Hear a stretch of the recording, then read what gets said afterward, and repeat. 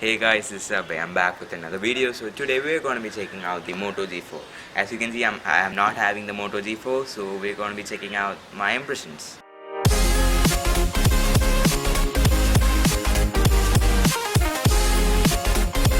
As we all know, Motorola is now handled by Lenovo, as Lenovo bought Motorola, so it's not designed by Google.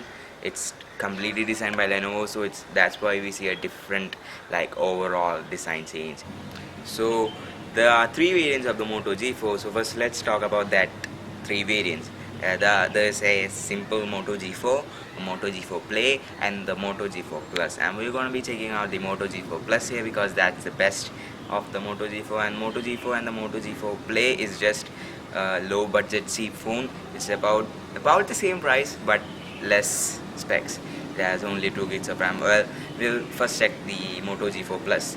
So guys, now let's look at the specs.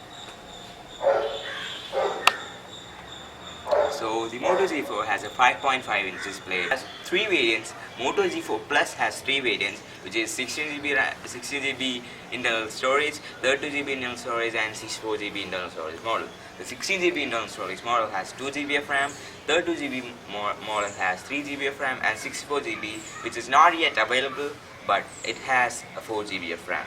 And its primary camera is 16MP shooter, which is really nice, as 16MP was only for flagship, but it has come down to budget price. And also it has f2.0 aperture, which is nice, and also the front camera is 5MP, which is great. And also it has a fingerprint scanner on the bottom of the phone, which has a home button, but that home button doesn't look that good because it's a square. It should have been a rectangle, but I don't know why. And it has fast battery charging, or should I say turbo battery charging, which is really nice. It can get up to 6 hours of charge within 15 minutes of charge. And also it has a 3000 mAh battery, which is good.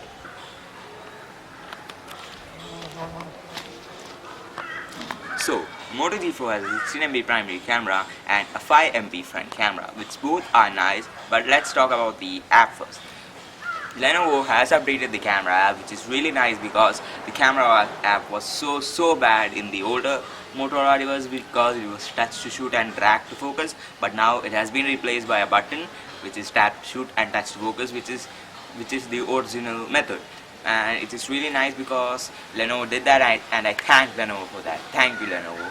And also now let's check the quality of the pictures. So the 16MP camera has a lot of pixels, as we all know, but we all know pixels doesn't matter everywhere, so it should be nice. It should be, because budget phones are getting really good now, and they are getting also cheap now, so I think it should be a good competitor for the Redmi Note 3, but we all know Redmi Note 3 is about 5,000 rupees cheaper, so we should compare that. And also the specs are almost identical to Redmi Note 3, so it's a good competition. And don't think I forgot the front camera. The front camera is really nice for selfies, as it have 5 megapixels, but it does not have 8 megapixels and all, but 5 megapixels is really good for front camera. So we almost saw everything about the Moto G4, and I guess you know everything about the Moto G4 now. And now let's get to a conclusion. So Moto G4 is a really good phone with really good specs. Usually Moto G series was nothing related to specs because the specs were so bad, but the performance was good. And now it has been updated with great specs and good performance. But I should say, is it a bit overpriced? Well, let's compare it to the Redmi Note 3. Redmi Note 3 is about 5,000 rupees less, and it offers this specs. And if you are planning to take the Moto G4, don't take it, because I recommend saving some bucks and taking the Redmi Note 3. Thanks guys for watching, and see you in the next one. Peace.